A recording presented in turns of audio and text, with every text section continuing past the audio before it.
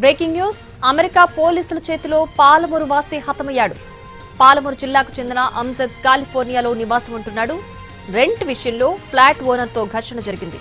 ఆ సమయంలో కాలిఫోర్నియా పోలీసులు అంజద్ ను కాల్చి చంపారు. అయితే అతడి చేతిలో కత్తి ఉండడంతో పోలీసులు కాల్పులు జరిపారని, దాంతో చనిపోయాడని ప్రకటించారు అధికారులు.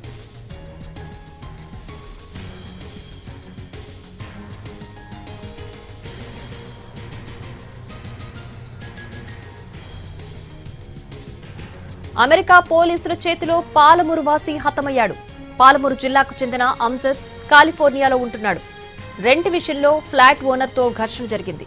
ఆ సమయంలో కాలిఫోర్నియా పోలీసులు అంజద్ ను కాల్చి చంపారు. అయితే అతడి చేతిలో కత్తుండడంతో పోలీసులు కాల్పులు జరిపారని, దీంతోనే అతను చనిపోయాడని ప్రకటించారు అధికారులు.